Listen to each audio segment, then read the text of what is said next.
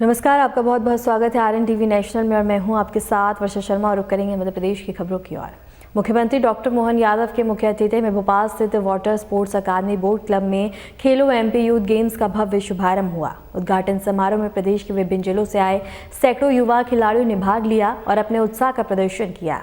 इस अवसर पर मुख्यमंत्री डॉक्टर मोहन यादव ने खिलाड़ियों का उत्साहवर्धन करते हुए कहा कि खेल न केवल शारीरिक मजबूती बल्कि अनुशासन, नेतृत्व और आत्मविश्वास का भी माध्यम है। उन्होंने प्रदेश में खेल प्रतिभाओं को आगे बढ़ाने, आधुनिक सेवाओं उपलब्ध करवाने और खेल को और भी ज्यादा अधिक मजबूत करने के लिए राज्य सरकार की प्रतिबद्धता दोहराई है। जिस खेलों के लिए 18 खेलों की खासकर हमारे राज्य के अंदर 11 खेल अकादमियां चल रही है और मध्य प्रदेश तो स्पोर्ट्स का एक तरह से हब बन गया है। लेकिन आज राजा भोज की नगरी इस भोपाल के ताल में वाकई अद्भुत कार्यक्रम, जोरदार अभिनंदन खुल करके अपने आपकी उपस्थिति के माध्यम से होना चाहिए। ये उत्साहवर्धन से ही बात बनती है और खास करके जब आगाज ऐसा होता तो अंजाम क्या होगा ये हमको एहसास कराएगा इस आयोजन के माध्यम से। मैं अपनी ओर से माननीय मंत्री और उनकी पूरी टीम, विभाग के माननीय राकेश गुप्ता जी से लेकर सभी लोगों को खेलो एमपी यूथ गेम के माध्यम से आपने अलग अलग प्रकार से खास करके जो स्लोगन बनाया है, मध्य प्रदेश की जय और ये हम सब की भी जय, ये बेस हम सबको एक तरह से ध्येय वाक्य की तरह याद दिलाएगा कि वाकई हमारे अपने जीवन में हमारे राज्य के साथ हम कदम से कदम मिला करके उसकी विविध क्षेत्रों में जय और जय पे जय करते जाएं तो विजय अपने आप हो जाएगी।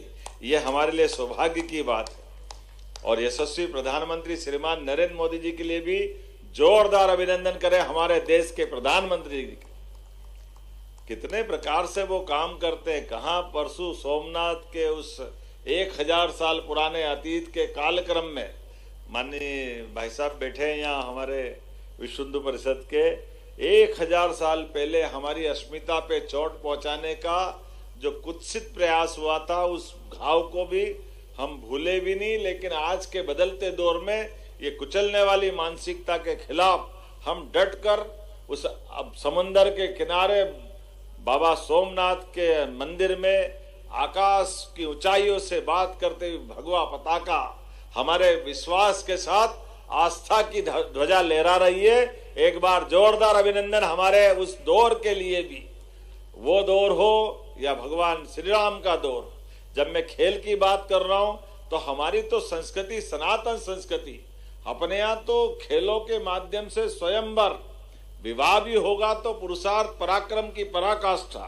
भगवान कृष्ण के काल में यमुना नदी में कालिया नाग के समय गेंद के माध्यम से खेलने का जहाँ वो पुराना घटनाक्रम याद आता। और इस खेल के माध्यम से भी रस्साकसी, गेंद, पता नहीं कितने प्रकार से आपने सब सोचा, पिट्टू को भी जोड़ा है, सारे अपने देसी खेल भी, और जिसके माध्यम से एक साथ अब ये पूरे खेल की जो योजना बनी, 1.5 लाख खिलाड़ियों का 28 खेल विभिन्न ब्लॉक स्तर तक करने वाले हैं, जो खेल संस्कृति को नया आयाम दिया गया है। मध्य प्रदेश में ग्रामीण क्षेत्रों में, दूरस्थ अंचल में ये सभी प्रकार खेलों को जोड़ करके अद्भुत कल्पना की गई।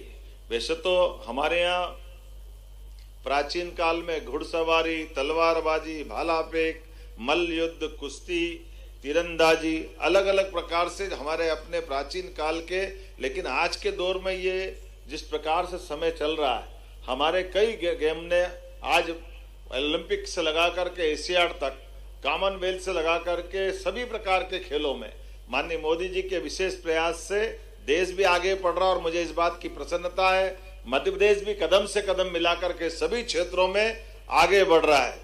तो आज के इस अवसर पर जब प्रदेश के 10 संभागों के 1.5 लाख खिलाड़ी इसका जब हिस्सा बनेंगे और अलग अलग अकादमियों के माध्यम से हम अपने राज्य के इन खेल अकादमियों को भी ट्रेंड कर रहे हैं, उनको मैं शुभकामना देता हूं। और ये जो प्रतियोगिता का आयोजन किया जा रहा है, भोपाल, ग्वालियर, इंदौर, उज्जैन, जबलपुर, नर्मदापुरम, शिवपुरी, रीवा, सागर जिलों में राज्य स्तरीय खेल प्रतियोगिता का आयोजन करते हुए इस पूरे प्रदेश को खेल उत्सव का एक तरह से गुलदस्ता बना करके पूरे प्रदेश को जोड़ने का जो प्रयास किया गया है। भोपाल में एथलेटिक्स, पुरुष हॉकी, बॉक्सिंग, वॉलीबॉल, पुरुष क्रिकेट और क्या क्या खेल हो रहे हैं, कयाकिंग, कैनोइंग से लगा के रोइंग तक, शूटिंग, थ्रो बॉल। अब तो एक के बाद एक जिस प्रकार का समय चल रहा, हर क्षेत्र की बात करना थोड़ा कठिन हो जाएगा। लेकिन आज के इस अवसर पर खेलो एमपी यूथ गेम के माध्यम से विजेताओं को भी लगभग 4 करोड़ की राशि, जिसमें प्रथम पुरस्कार ये 31,000, द्वितीय 21,000, तृतीय 11,000। पुरस्कार का सवाल नहीं, आप तो दिल खोल के हमारे खिलाड़ियों को अगर वो अपने ढंग से खेलते हैं तो ये हमारे लिए लाख नहीं करोड़ तक के पुरस्कार की व्यवस्था हमारे राज्य ने की है।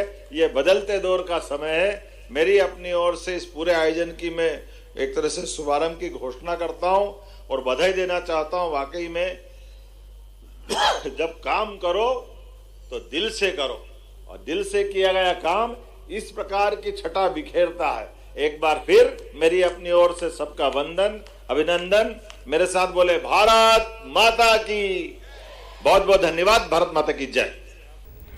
मुख्यमंत्री डॉक्टर मोहन यादव के मुख्य अतिथि में भोपाल स्थित भवन में मध्य प्रदेश विजन का पुरस्कार वितरण कार्यक्रम आयोजित किया गया। कार्यक्रम में प्रदेश भर से चिन्हित प्रतिभाशाली विद्यार्थियों को उनके उत्कृष्ट प्रदर्शन के लिए सम्मानित किया गया। इस अवसर पर मुख्यमंत्री ने विद्यार्थियों को संबोधित करते हुए कहा कि ज्ञान, नवाचार और वैज्ञानिक सोच को भविष्य निर्माण की मजबूत नींव बताया।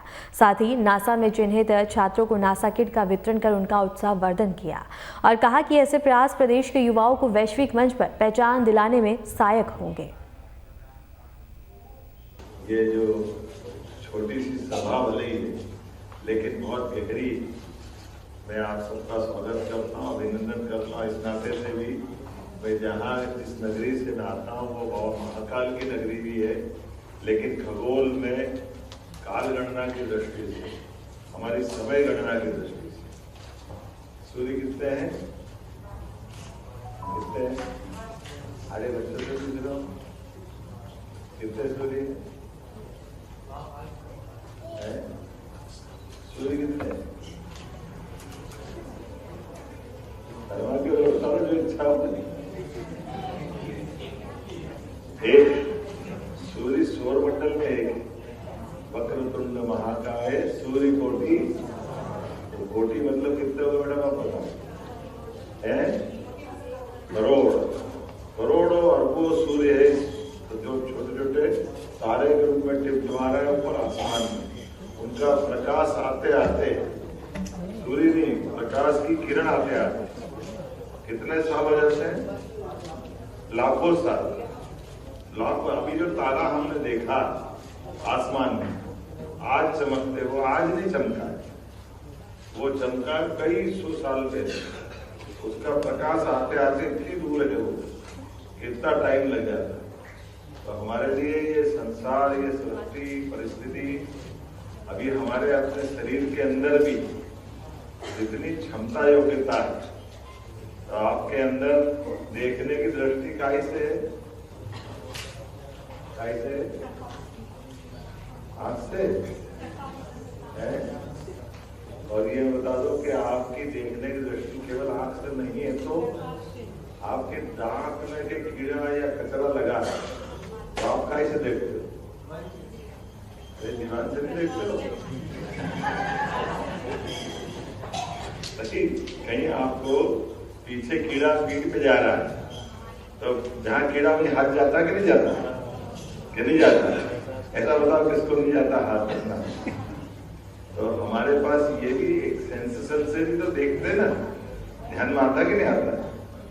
अपने एक एक शरीर के रोम रोम में अलग से चेतना भी, जानकारी है, जागृति। तो आज तो अपन ने नासा के किट, नासा से क्यों जोड़ा? इसका कारण क्या है? नासा से क्यों जोड़ा? नासा से इसलिए जुड़ा है क्योंकि बच्चों में वो क्षमता होती है जो हम नहीं सोच पाते, वो बच्चे सोचते हैं। तो नासा भी बच्चों से प्रोजेक्ट्स मांग रही है। नासा कहाँ की संस्था है? यूएसए से। तो उसका आगे क्या संस्था है?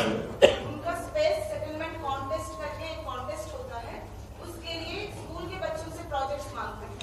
बहुत अच्छा। इसलिए जोरदार अभिनंदन करो हमारे लिए। भारत की नासा इंटरनेशनल संस्था है,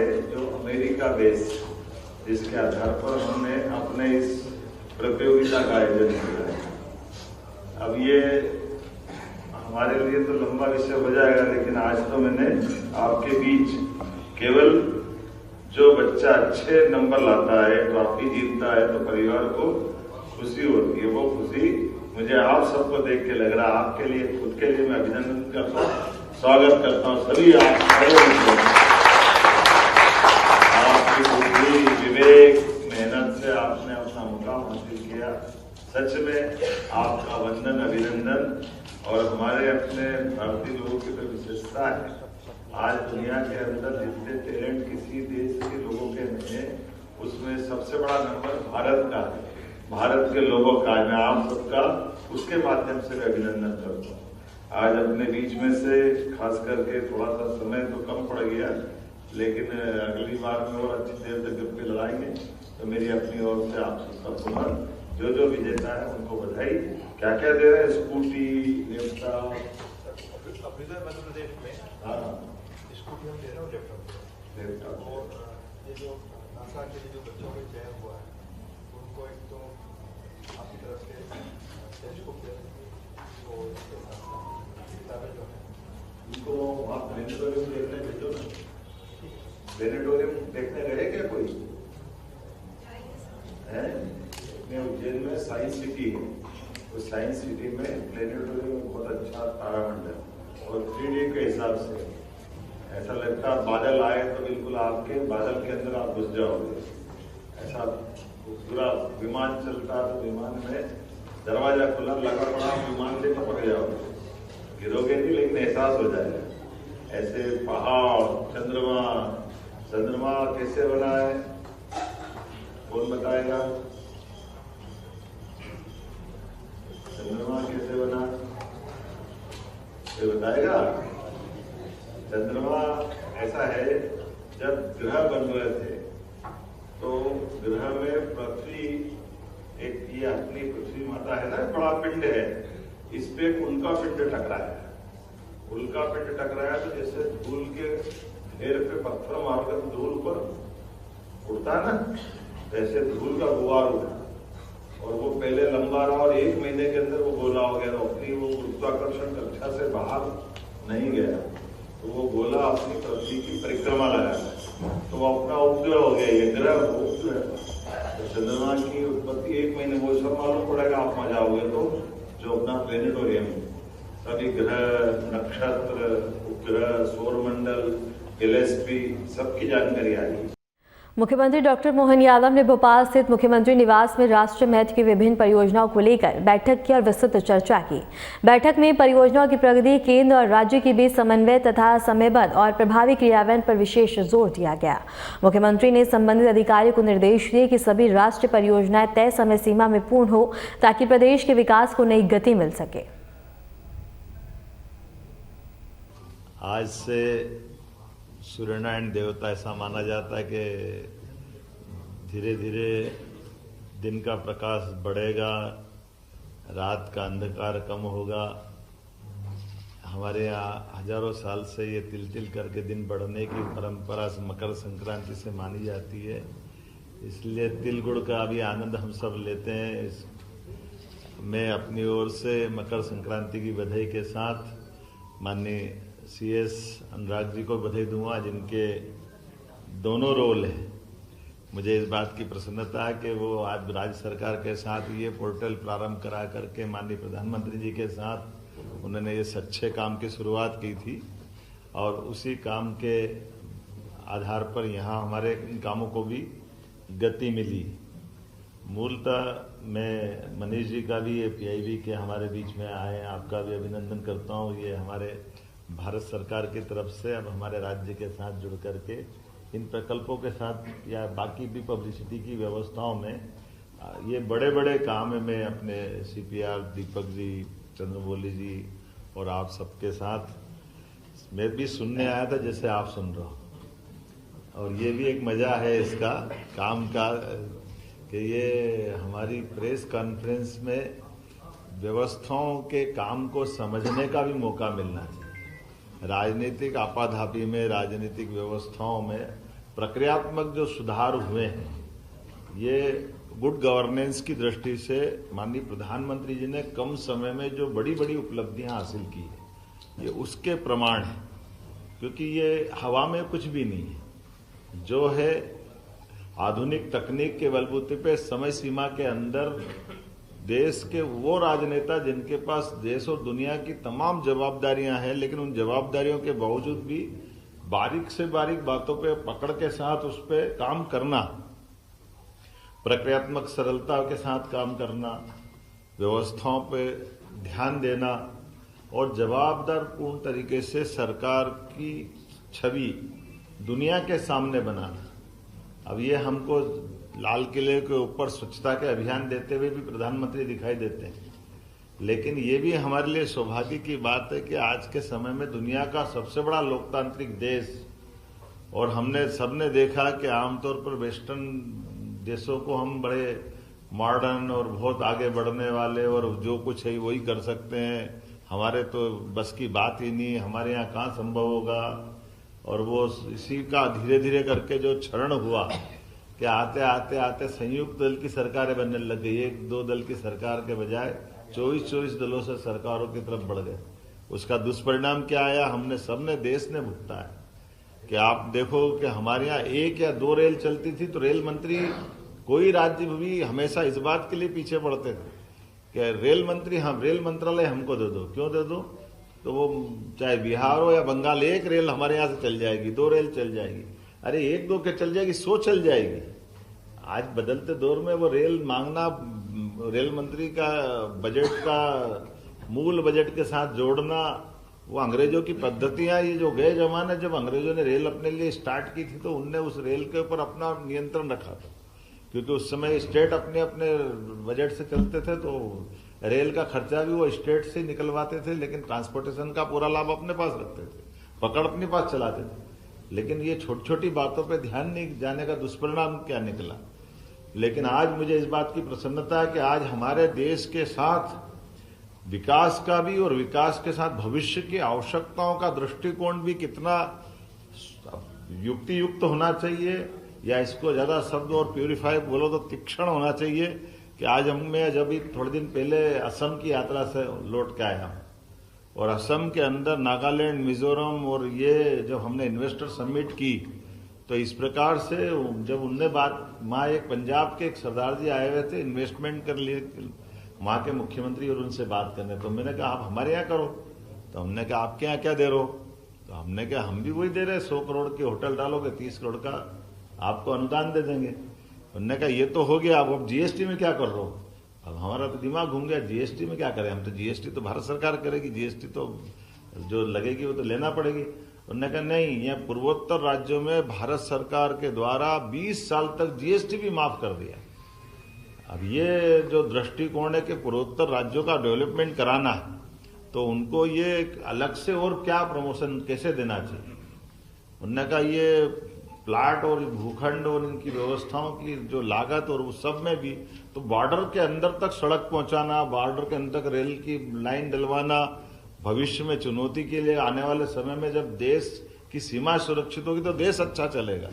तो ये जो भविष्य की दृष्टि से योजना बनी, और आज भी देखो कितनी अच्छी बात, अभी अनुराग जी बता ही रहे थे कि ये गोंदिया जबलपुर की बात करें तो गोंदिया जबलपुर बोलने से केवल नाम ध्यान में आता है कि गोंदिया जबलपुर है, लेकिन गोंदिया जबलपुर में उसमें जो दूसरी चीज देख रहा हूं कि हमारे पास जबलपुर से आने जाने के लिए आज अपना एक रास्ता है बालाघाट, मंडला, सिवनी से नागपुर, मुंबई, कलकत्ता, चेन्नई सीधे जोड़ने का। अब काहे के लिए इटारसी लाओ बार बार जबलपुर से, नहीं तो हम हमेशा जबलपुर ही आना, जबलपुर इटारसी आना पड़ता था। अब इसके बदले में क्या हुआ, सीधा वहीं से कलकत्ता और चेन्नई और सीधी ट्रेन निकल जाएगी जब आगे जाकर गोंदिया से। तो ये जो अंदर के रास्ते हैं, जैसे उदाहरण के लिए अभी अपने को 18,500 करोड़ की रेल लाइन मिली इंदौर मनमाड़, ये प्रगति पोर्टल का लाभ है कि सीधे यहाँ से अभी वापस रतलाम जाओ, रतलाम से गुजरात जाओ, गुजरात से बंबई जाओ, जरूरत नहीं, सीधे ही डायरेक्ट मनमाड़ निकाल दी इंदौर से, उज्जैन होके। तो ये अपने लिए भविष्य की दृष्टि से एक एक करके कितनी सारी बातें हैं, लेकिन जो मूल बात अपने बीच में है कि राज्यों के बीच राजनीतिक दृष्टि से भले ही हमारी प्रतिद्वंदिता है, मत भिन्नता है, लेकिन देश की दृष्टि से हमारे लिए तमिलनाडु का भी वही महत्व है जो केरल का महत्व है। विभिन्न विभिन्न राज्यों के बीच में विकास के मामलों को लेकर के इस प्रगति पोर्टल में मूलभूत जरूरी चीजों के लिए केंद्र राज्यों के बीच जैसे भूगर्भ संपदा का अगर दोहन करना है तो देश के हित में वो कैसे हो सकता है, तो वो हमारा झारखंड जैसा राज्य हो, वहां पे भी अगर फॉरेस्ट की दिक्कत है तो उस पोर्टल में किसी की जरूरत नहीं, वो अपने आप ऑटोमेटिक हमारे यहाँ के वरिष्ठ अधिकारी, भारत सरकार के वरिष्ठ अधिकारी और इन समस्याओं को सूचीबद्ध करते हुए अपने आप सॉल्व कर लेंगे। अभी थोड़े दिन पहले मैं पीएम से मिलने गया तो वहां 2 मुख्यमंत्री बैठे हुए, रेवंत रेड्डी जी और एक और मुख्यमंत्री। तो हमने कहा आप यहाँ कैसे आए, तो बोले हमारे राज्यों के मसले को लेकर आए। तो हमने कहा ये तो मजाक करी, मेरे परिषद के साथी रेवंत, हम परिषद में पहले थे, आजकल वो कांग्रेस में है। तो हमने कहा ये तुम यहाँ कैसे, अरे बोले साहब आपकी सरकार में सबसे ज्यादा मदद हमको मिलती है क्योंकि हमने अपनी प्रक्रियात्मक व्यवस्थाओं में बात करना चालू करी और मोदी जी और सरकार से कोई कष्ट ही नहीं आता। इसलिए उनने एक उदाहरण दिया, मैं आपको सबको शेयर कर सकता हूँ। उदाहरण उन्होंने दिया कि ये जो हमारे राज्य का बंटवारा हुआ तेलंगाना और आंध्र के बीच में, तो तेलंगाना में हमारे पास आ गया हैदराबाद, हमारी पुरानी राजधानी है। अब उनने अमरावती नहीं बना दी तो अमरावती के लिए पूरा इंफ्रास्ट्रक्चर और वो उनको आंध्र प्रदेश को अपना खड़ा करने के लिए मौका मिल रहा है। अब हमारी अपने हैदराबाद के लिए क्या करें, तो उन्होंने कहा हैदराबाद के लिए हमने उसी तर्ज पर 30,000 एकड़ का बड़ा प्लान लिया और बड़े प्लान में एयरपोर्ट से लेके बहुत सारी चीजें उनने सब कुछ जोड़ के देखा जो एक तरह से आंध्र वाले कर रहे हैं। तो बोले ये सब इतना पूरा प्रोजेक्ट हमको भारत सरकार की मदद से मिला। तो ये अपने आप में उदाहरण बताता है कि ये राज्यों के बीच मत की जिस दिन सरकार बनती उस दिन अनाउंसमेंट हो गया, लेकिन चुनी हुई सरकार सब एक है, राज्य कोई भी हो, देश तो एक है। ये बड़े मन से काम करना ये उदाहरण है। ये उसी प्रकार का उदाहरण है जैसे केन बेतवा नदी जोड़ो अभियान, अभी अटल जी के टाइम चलना था, लेकिन ये चलते चलते खसकते खसकते माननीय मोदी जी के यहाँ तक आया। लेकिन इसी योजना में हमको ध्यान में आया कि 1 लाख करोड़ का निवेश, उसमें 50,000 करोड़ भारत सरकार दे रही, हमारा तो 5% लग रहा है। और अगर इंजीनियर ढंग से प्लान बनाते तो वो हमारा बहुत सारा तो काम वैसे हो जाएगा। ऐसे पीकेसी योजना, पार्वती काली सिंह चंबल योजना, ये राजस्थान से 20 साल से चल रहा था। और मजे की बात ये कि इसकी मॉनिटरिंग भी वहां से होती है, हम कोई कागज आगे पीछे देने में हो जाए तो उनकी चर्चा होती। और आज ये इसी बात का माननीय प्रधानमंत्री से मिलने जाए या गृह मंत्री से मिलने जाए तो मिलने जाने में भी हमारे प्रोजेक्ट पहले पूछते हैं कि आपके प्रोजेक्ट कौन कौन से, उनकी क्या स्थिति है। बाद में हमारी अपनी शिष्टाचार की मुलाकात हो जाएगी। तो ये बदलते दौर का समय है और इसके आधार पर निश्चित रूप से मैं मान के चलता हूं कि अद्भुत समय चल रहा है। ये सारे प्रोजेक्टों की बात मैं दोबारा नहीं दोहराऊंगा, माननीय सीएस ने रख दी है। और ये खासकर हमारे लिए कार्य संस्कृति का बदलाव का जो समय आया और राज्य और केंद्र के बीच में जो समन्वय हुआ और मध्य प्रदेश के परिप्रेक्ष्य में केवल आपको ये आंकड़े में ही ध्यान में आ जाएगा कि 108 परियोजना तो पूर्ण हो गई, उसमें 2,61,340 करोड़ की सफलतापूर्वक चालू हो गई। और ये 5,24,400 करना पड़ेगा कि ये हमारे केंद्र और राज्य की सरकार का फायदा क्या होता है। आपके राज्य का कहीं अच्छा आंकड़ा हो तो हम विधानसभा में उसको भी सुनेंगे, लेकिन ये हमारे माननीय प्रधानमंत्री जी के काम करने का तरीका है। मैं तो ये देख के आनंद आ गया, 49% की प्रोग्रेस और 67% की ये जो आपने आंकड़ा बताया है। और इसी के साथ साथ ये लंबी बातें तो क्या है, लेकिन सच में 20 परियोजना अधोसंरचना की पूरी हो गई, 19 कार्यान्वयन में है, 97% की सफलता है। और केंद्र योजनाओं में रेल मंत्रालय की 14 परियोजना, सड़क मंत्रालय की 13 परियोजना, विद्युत मंत्रालय की 5 योजनाएं और रिन्यूएबल एनर्जी को तो ऐसा प्रोत्साहन दे रहे हैं कि हमारे यहाँ सबसे भाग्य से इसी तीनों तरह की रिन्यूएबल एनर्जी की संभावना है। और वनों के मसले भी हमारे पास बहुत है, लेकिन वनों के मामले में भी और ये प्रधानमंत्री जी की उदारता भी है कि हमारे यहाँ राज्य में आके चीते भी छोड़ते और जन्मदिन भी मनाते हैं। ये हमारे लिए सौभाग्य की बात है। पीएम मित्रा पार्क के माध्यम से हमारा पूरा ये कपास का किसानों का 6 लाख किसानों का जीवन बदलने का कितना बड़ा निर्णय है। मैं आज बहुत ज्यादा नहीं बोलता हूँ, संक्रांति है, पतंग उड़ाना है, बहुत सारी जगह जाना है, तो अपने लिए आप अपनी तरफ से इसको अपन समेटते हैं। कोई जरूरी बात हो तो जरूर कर सकते हैं। फिलहाल के लिए मध्य प्रदेश की खबरों में इतना ही, और ऐसी मध्य प्रदेश की तमाम खबरों को जानने के लिए देखते रहिए RNTV नेशनल।